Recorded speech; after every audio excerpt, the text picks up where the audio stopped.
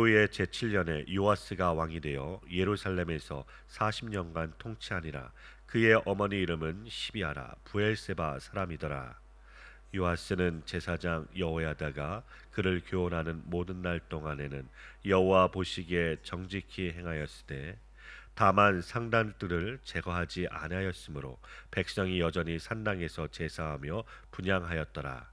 요아스가 제사장들에게 이르되 여호와의 성전에 거룩하게 하여 드리는 모든 은 곧 사람이 통용하는 은이나 각 사람의 몸값으로 드리는 은이나 자원하여 여호와의 성전에 드리는 모든 은을 제사장들이 각각 아는 자에게서 받아들여 성전의 어느 곳이든지 파손된 것을 보거든 그것으로 수리하라 하였으나 요아스 왕 제23년에 이르도록 제사장들이 성전의 파손한 데를 수리하지 아니하였는지라. 요아스 왕이 대제사장 여호야다와 제사장들을 불러 이르되 너희가 어찌하여 성전의 파손한 데를 수리하지 아니하였느냐.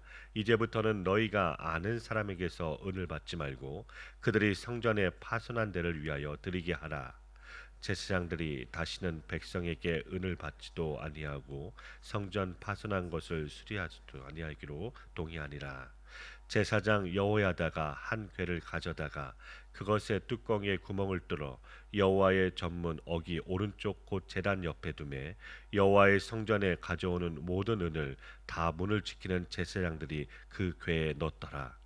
이에 그 궤 가운데 은이 많은 것을 보면 왕의 서기와 대제사장이 올라와서 여호와의 성전에 있는 대로 그 은을 계산하여 봉하고 그 달아본 은을 일하는 자 곧 여호와의 성전을 맡은 자의 손에 넘기면 그들은 또 여호와의 성전을 수리하는 목수와 건축하는 자들에게 주고 또 미장이와 석수에게 주고 또 여호와의 성전 파손한 데를 수리할 제목과 다듬은 돌을 사게 하며 그 성전을 수리할 모든 물건을 위하여 쓰게 하였으되 여호와의 성전에 드린 그 은으로 그 성전의 은대접이나 불집게나 주발이나 나팔이나 아무 금그릇이나 은그릇도 만들지 아니하고 그 은을 일하는 자에게 주어 그것으로 여호와의 성전을 수리하게 하였으며 또 그 은을 받아 일꾼에게 주는 사람들과 회개하지 아니하였으니 이는 그들이 성실히 일을 하였음이라.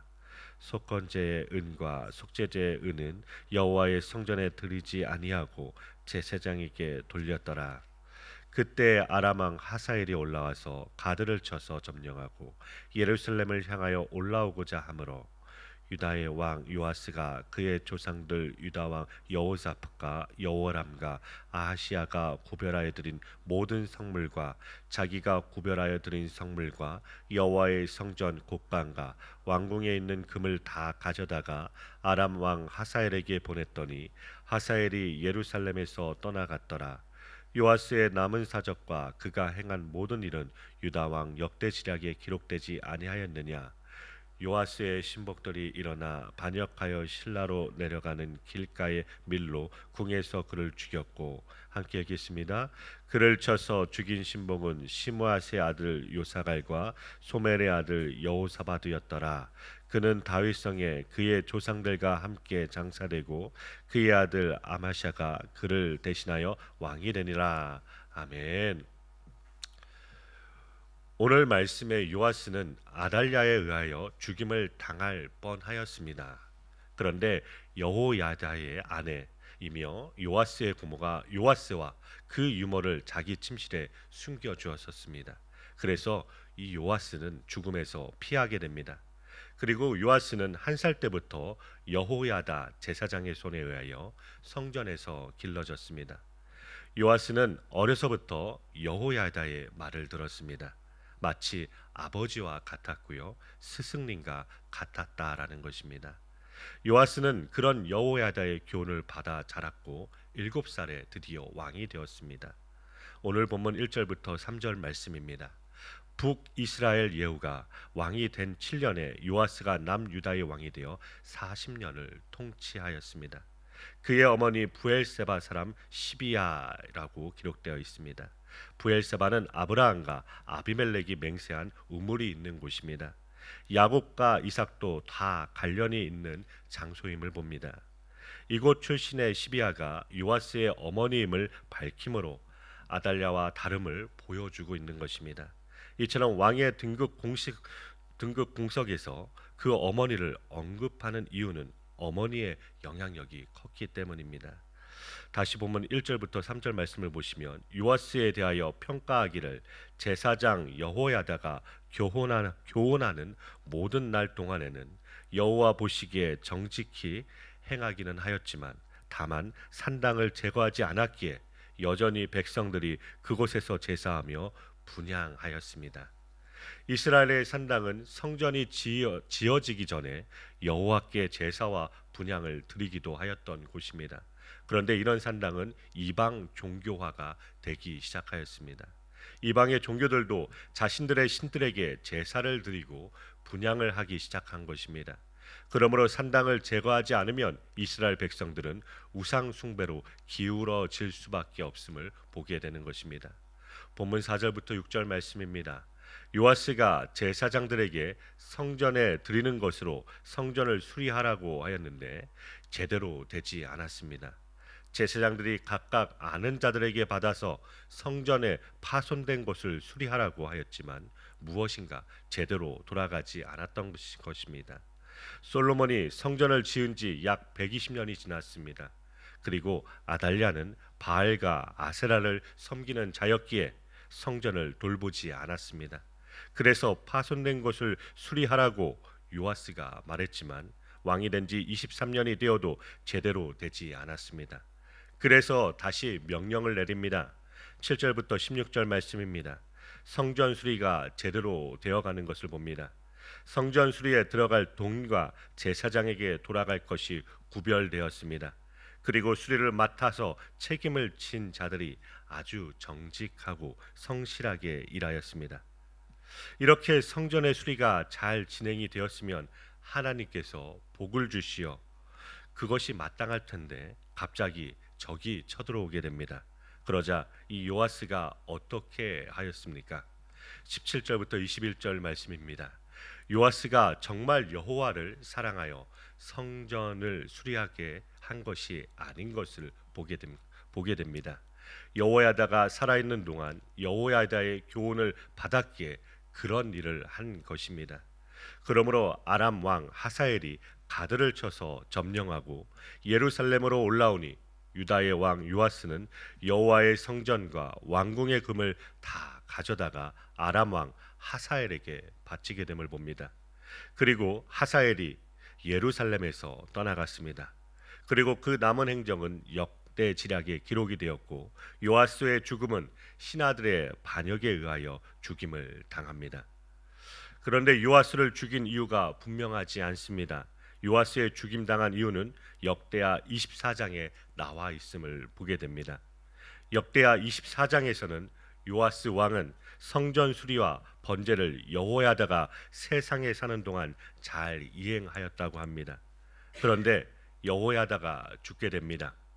무리들이 여호야다를 왕의 묘실 중에 장사합니다.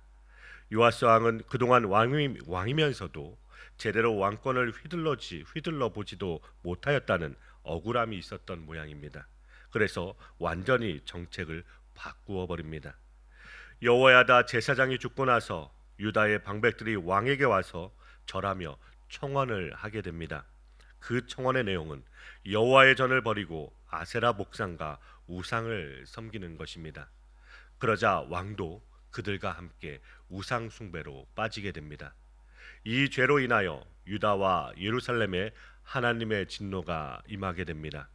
그러나 그 진노 중에서도 여호와께서 계속하여 선지자들을 보내십니다. 그러나 그 선지자들의 경고를 듣지 않았습니다. 이때 여호야다의 아들 스가랴가 성령의 감동이 되어 백성들 앞에서 책망합니다. 그러자 무리가 왕의 명령을 따라 스가랴를 여호와의 전뜰 안에서 돌로 쳐 죽입니다. 요아스 왕의 이런 행정은 여호와를 버리는 일이었습니다. 더구나 스가랴의 아버지 여호야다가 베푼 은혜를 기억하지 않고 그의 아들을 죽여버렸습니다. 요아스는 여호야다가 아니었다면 죽을 목숨이었습니다. 스가랴가 죽고 1년이 지나고 아람 군대가 쳐들어왔습니다. 요아스는 부상을 입고 그의 신복들에 의하여 죽임을 당합니다. 열왕기에서는 요아스의 죽임당한 이유가 분명하지 않았는데 역대기에서는 그의 죽임당한 이유를 밝히고 있습니다. 이러한 요아스의 죽음은 여호와의 교훈을 버린 것입니다. 여호와의 말씀을 버린 것입니다. 이러한 여호와의 교훈을 버리고 여호와의 말씀을 전하는 자들을 죽인 역사가 바로 이스라엘의 역사인 것입니다. 유대인들이 보는 구약 성경의 마지막 성경이 역대기입니다.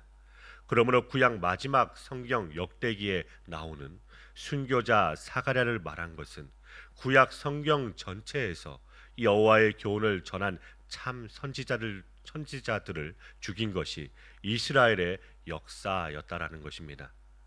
그런데 이것을 알고 전해야 할 자들이 율법을 다 지켜서 율법의 의로 흠이 없다고 하는 서기관들과 바리새인들입니다. 이들이 알지 못하기에 결국 예수님을 십자가에 못 박혔습니다. 예수님의 십자가를 통하여 인간이 얼마나 하나님의 바른 교훈을 받지 않는지를 보여주고 있는 것입니다. 여호야다의 바른 교훈이 있는 동안은 요시아가 그런대로 여호와 앞에서 살아갔습니다. 그런데 여호야다가 죽어버리자 바로 본성이 드러났습니다. 오늘 우리도 하나님의 말씀이 주어지고 있는 이때는, 주님의 말씀이 들려지는 이때는 아직 소망이 있습니다. 그런데 사람들은 자기 귀에 좋은 말만 챙겨 들으려고 하고 있습니다. 자기에게 부담되는 말은 버립니다. 듣지 않습니다. 무릇 말씀으로 사는 자는 고난이 있습니다. 죽음 후에는 반드시 심판이 있습니다. 그러므로 바른 말씀의 교훈을 따라 우리 주님 다시 오시는 그날까지 믿음의 경주를 잘하시길 바랍니다. 주님을 정말로 사랑하는 사람이라면 주님의 재림을 사모하게 됩니다. 이러한 자들에게는 예수님이 그들의 의의 면류관이 되시는 것입니다. 이것을 기억하시며 오늘 하루도 사랑하는 성도 여러분들에게 생명 대신 진리 대신 예수 그리스도를 의지하시고 기도하시며 승리하는 하루 되시길 간절히 기도드립니다.